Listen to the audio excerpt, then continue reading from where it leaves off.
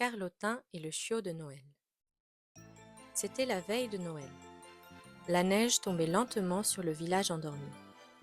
Les maisons brillaient de 1000 petites lumières et on entendait des rires. Mais dans une petite maison au coin de la rue, tout était calme. Un petit garçon, nommé Elliot, regardait la neige tomber par la fenêtre. Il avait 6 ans et depuis quelque temps, son cœur était un peu lourd. Il venait de déménager et n'avait pas encore d'amis. « Cette année, Noël c'est pour les autres, pas pour moi », murmura-t-il tristement. Mais, très loin au pôle Nord, dans l'atelier du Père Noël, un petit lutin aux joues roses leva soudain la tête. « Oh là là, quelqu'un a besoin d'un peu de magie !» C'était Carlotin, le lutin du bureau des souhaits oubliés. Son travail, c'était d'écouter les cœurs tristes et d'y remettre un peu de lumière. Alors, sans attendre, il sauta dans sa botte magique et s'envola dans un tourbillon d'étoiles scintillantes.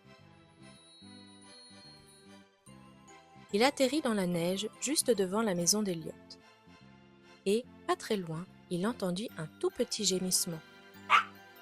Un chiot tout trempé grelottait sous un lampadaire. Carlotin s'agenouilla doucement. « Oh, petit cœur, tu t'es perdu toi aussi ?» Le chiot leva la tête et le regarda avec de grands yeux humides. Et Carlotin sentit que ce chiot et le garçon à la fenêtre avaient le même chagrin. « Parfait, je sais ce que je dois faire, » murmura-t-il. Il tapa doucement à la fenêtre. Toc, toc, toc. Elliot sursauta et ouvrit les yeux tout grands. Et là, il vit un minuscule bonhomme vêtu de vert qui lui faisait signe. « Bonjour, je suis Carlotin, lutin de Noël de 2e classe, département cœur cabossé, et j'ai besoin de ton aide. » Elliot, étonné, ouvrit la fenêtre. « Tu parles ?»« Bien sûr, et toi, tu écoutes ?» répondit le lutin en souriant. Puis, il lui montra le chiot. Il s'est perdu dans la neige et il a besoin d'un ami. Elliot sentit son cœur se réchauffer. Il prit le chiot dans ses bras, le sécha, le couvrit d'une couverture, et le petit animal s'endormit presque aussitôt contre lui. Carlotin sourit.